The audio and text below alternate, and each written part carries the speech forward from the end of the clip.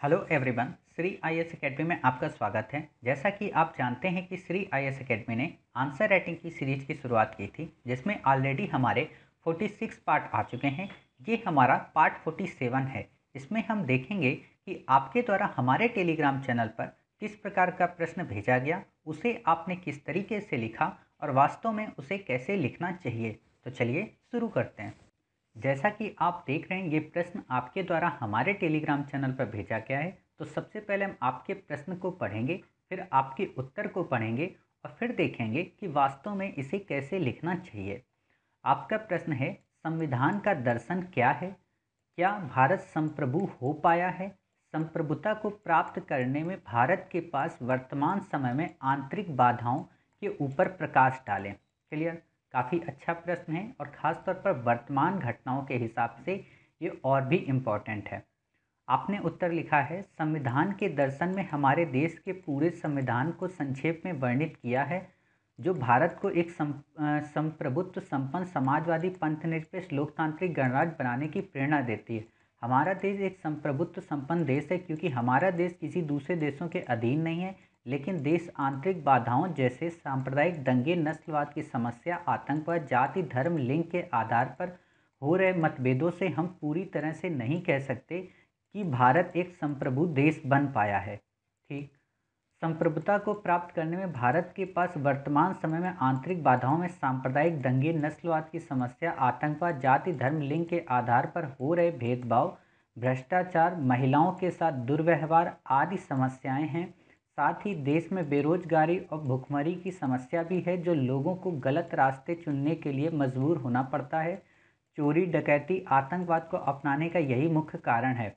हाल ही में तो लड़कियां भी पुरुषों के साथ साथ आतंकवाद में शामिल हो रही हैं। अतः देश की संप्रभुता के लिए सबसे पहले यहाँ की आर्थिक परेशानियों को दूर करना पड़ेगा तथा साथ ही नागरिकों को मानव पूंजी में तब्दील करना होगा। देखिए, सबसे पहले चीज़ क्या है कि अगर आपको ये पता है कि संप्रभुता का सामान्य सा मतलब क्या होता है, तो आप इस प्रश्न के उत्तर को अच्छे से लिख सकते हो। देखिए, संप्रभुता का संबंध गरीबी और बेरोजगारी से नहीं होता।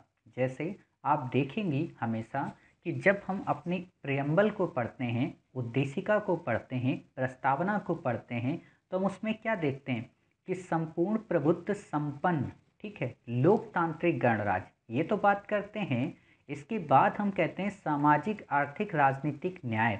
अर्थात जब हम सामाजिक न्याय की बात करते हैं, जब हम आर्थिक न्याय की बात करते हैं, जब हम राजनीतिक न्याय की बात करते हैं, तब वहाँ पर ये गरीबी, बेरोजगारी, भूखमरी, ये सारी चीज़ें आती हैं। क्लियर? संप्रभुता के एलिमेंट के अंदर ये गरीबी और भूखमरी नहीं आती। गरीबी और भूखमरी का क्या मतलब है कि आप ये बताना चाहते हो कि गरीबी और भुखमरी को हम पूरी तरह से समाप्त कर चुके हैं और पूरी तरह से अब हम गरीबी में किसी और देश पर निर्भर नहीं हैं। क्लियर? संप्रभुता जो शब्द है, वास्तव में ये ज्योग्राफिकल टेरिटरी को एम्पावर करने से संबंधित है। साथ ही उस टेरिटरी में निवास करने वाले जो लोग हैं, उनकी शक्ति का स्रोत है। क्लियर? अर्थात आप एक तरीके से इसे ये कह सकते हो कि संप्रभुता को आप राजत्व का सिद्धांत बता सकते हो। जब आप राजनीति के 5 एलिमेंट्स को पढ़ते हो, 5R की थ्योरी पढ़ते हो, जहाँ पर आप देखते हो कि राजा, राजस्व, राजत्व, राज अधिकारी और राज्य, तो वहाँ पर हम जो राजत्व पढ़ते हैं, आपने देखा होगा कि मध्यकालीन कई सारे ऐसे शासक हुए जिनकी संप्रभुता का आधार या तो खलीफा होता था, या तो वो दैवी सिद्धांत पर आधारित होते थे, या फिर आप देखोगे वो उलेमाओं के संदर्भ में अपनी संप्रभुता को डिक्लेयर करते थे।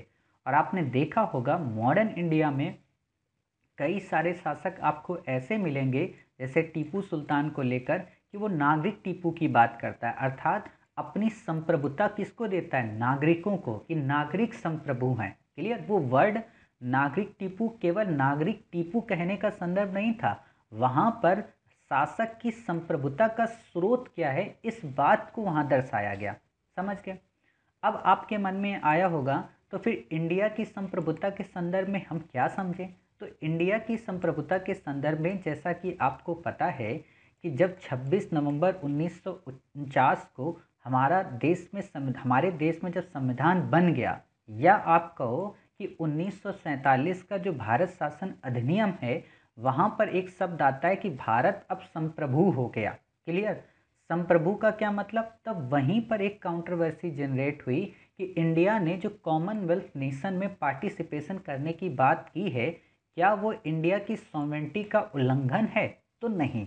क्यों? क्योंकि इंडिया की उसमें इच्छा है, स्वेच्छा है।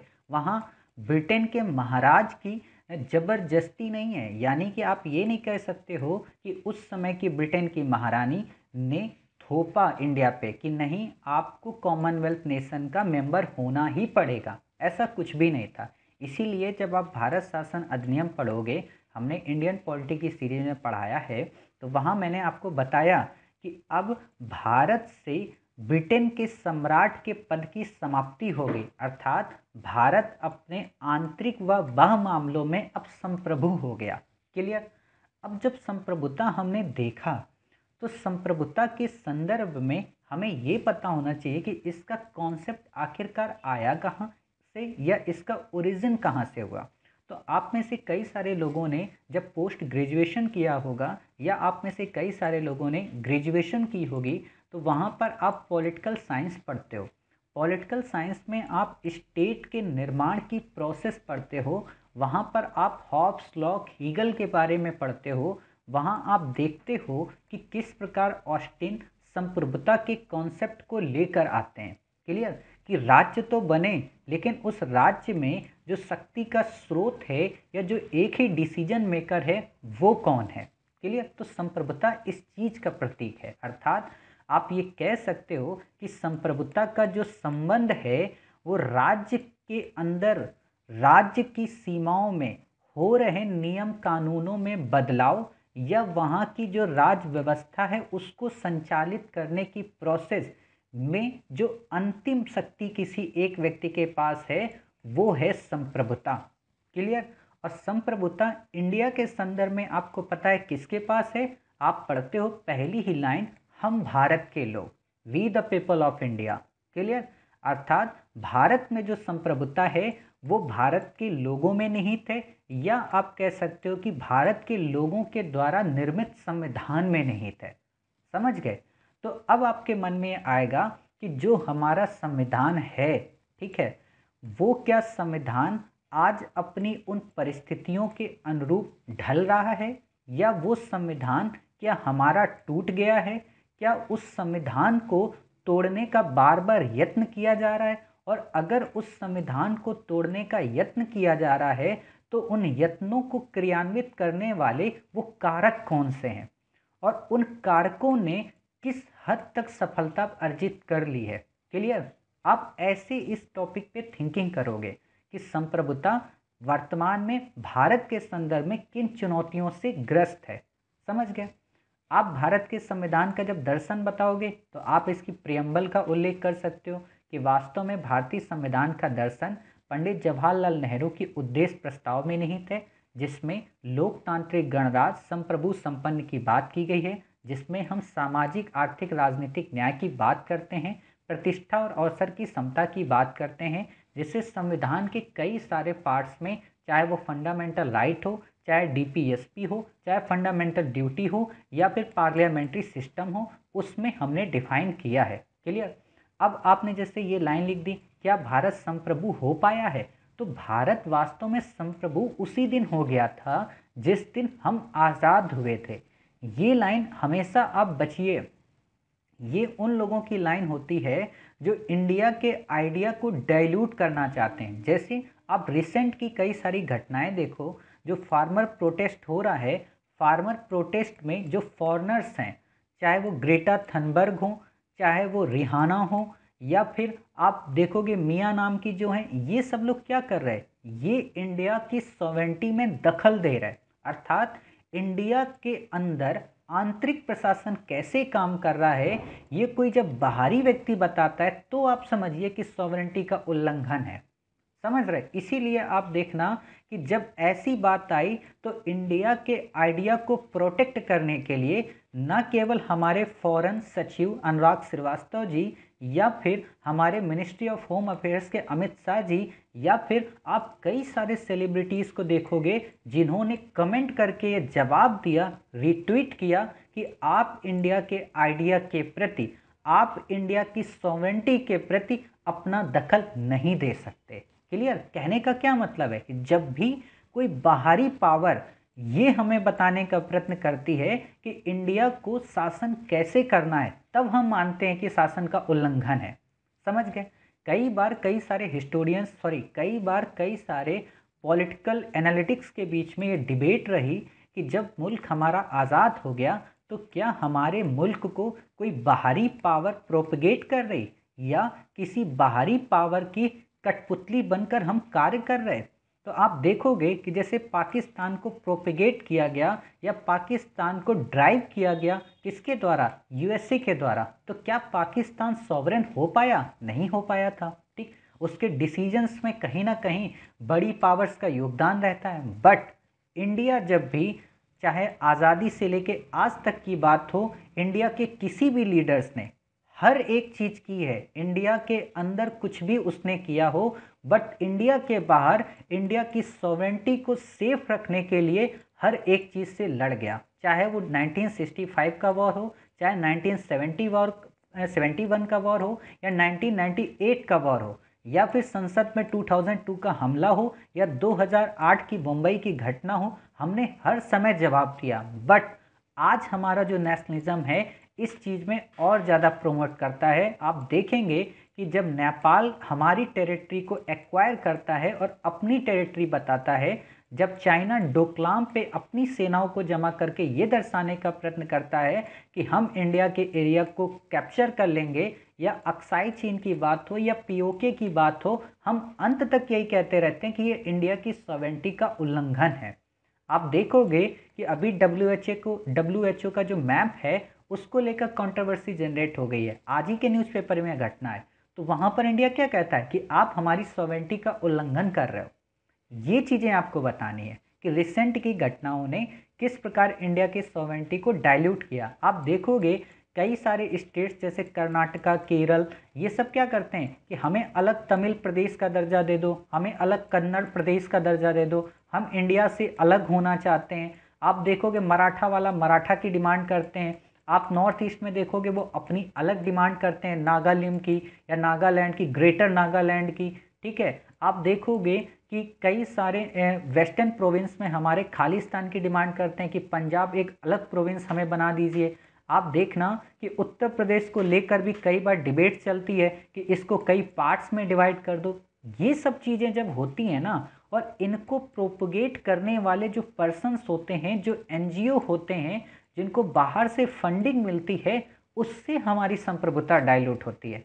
हमारे इंडिया के जो लीडर्स हैं वो इसको डाइल्यूट नहीं करते, बल्कि जो बाहरी फंडिंग है या कुछ ऐसे वर्ग जो अपने हितों की या अपने स्वार्थ की पूर्ति के लिए देश को डिवाइड करने का प्रयत्न करते हैं, उससे सॉवरेंटी हमारी डाइल्यूट होती। तो आप इन आंतरिक बाधाओं का जिक्र करोगे, और ख़ास तौर पर जब आप ऐसा प्रश्न लिख रहे हो तो रिसेंट की घटनाओं को आप ज़रूर ऐड करें, मेरा ये मानना है। जैसे ग्रेटा थनबर्ग की घटना अभी की आप कर सकते हो, आप इनकी क्या कहते हैं, मियाँ खलीफा की जिक्र कर सकते हो, आप रिहाना की जिक्र कर सकते हो कि कैसे ये इंडिया की सॉवरेंटी को डाइल्यूट कर रहा है। क्लियर?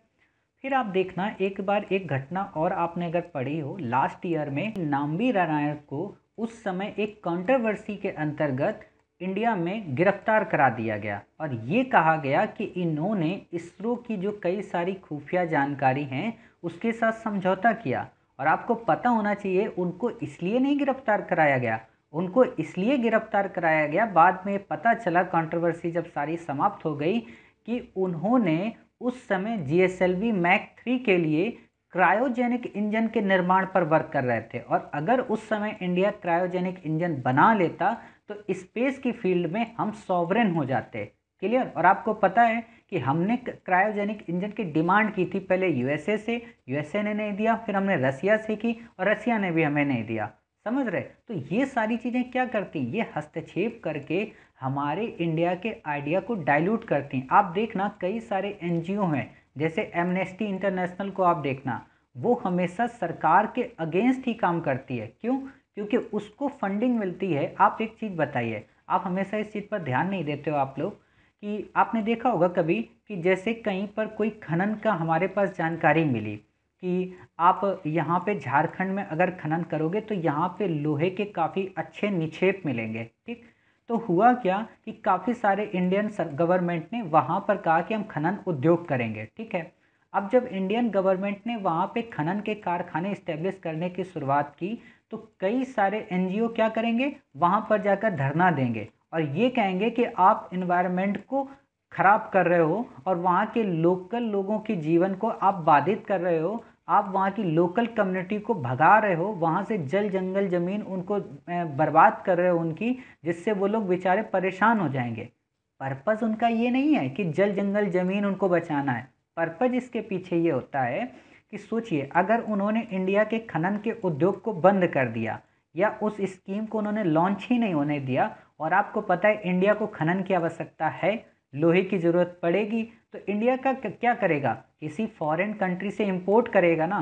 किससे इंपोर्ट करेगा? उसी से जहाँ से इंडिया को चाहिए होगा। और वही देश क्या करता है कि इंडिया में खनन के लिए जो ये पट्टे उठाए जाते हैं, इनके विरोध के लिए कई सारे एनजीओ को फंडिंग देगा कि आप जाके आंदोलन करो, तो सरकार उस खनन के पट्टे को रोक देगी, और जब सरकार उसे रोक देगी तो वो लोग आके हमसे भारत सरकार डील करेंगे, तब हम उनको अपने भाव के हिसाब से बेच देंगे। समझ रहे? ये जब चीज़ें होती हैं तब इंडिया की सॉवरेनिटी प्रभावित होती है।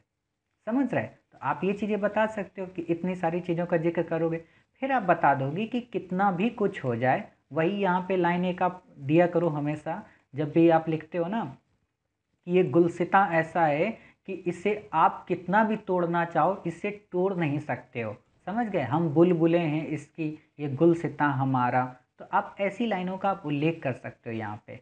उम्मीद है आपको ये आंसर काफ़ी अच्छा लगा होगा, सारे डायमेंशन आपको पता चल गए, और वास्तव में ये भी आपको पता चल गया कि आपको इसमें क्या नहीं लिखना है। क्लियर? तो मिलते हैं एक नए प्रश्न के साथ, आप ही के द्वारा भेजे गए। तब तक अपना ख्याल रखिए और स्वस्थ रहिए।